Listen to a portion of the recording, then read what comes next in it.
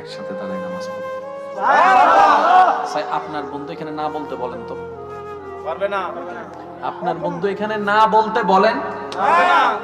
তার বিবেক বলবে যে এটা আমার বলা সম্ভব নয়, কারণ এত আদর করে এত মায়া করে কখনো কেউ বলেনি, কেউ ঠিক।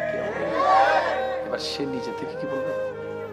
আর আমি তো মনে করেছিলাম তুই আইফোন চাইবি, আমি তো মনে করেছিলাম তুই আমার কাছে হোন্ডার চাবিটা চাইবি, আমি তো ভেবেছিলাম তুই আমার কাছে অমুকের নাম্বারটা চাইবি, আমি তো ভেবেছিলাম হয়তো আমার কাছে তুই টাকা চাইবি, তুই এটা কেন চাইলি? অন্য কিছু তো চাইতে পারতি। এবার আপনি মুস্কি হেসে বলবেন, আমি আমাদের বন্ধুত্বটা এই দুনিয়ার 2 দিনের সফরে দেখতে চাই না, আমি তোর সাথে আমার বন্ধুত্বের সম্পর্কটা জান্নাত পর্যন্ত দেখতে চাই।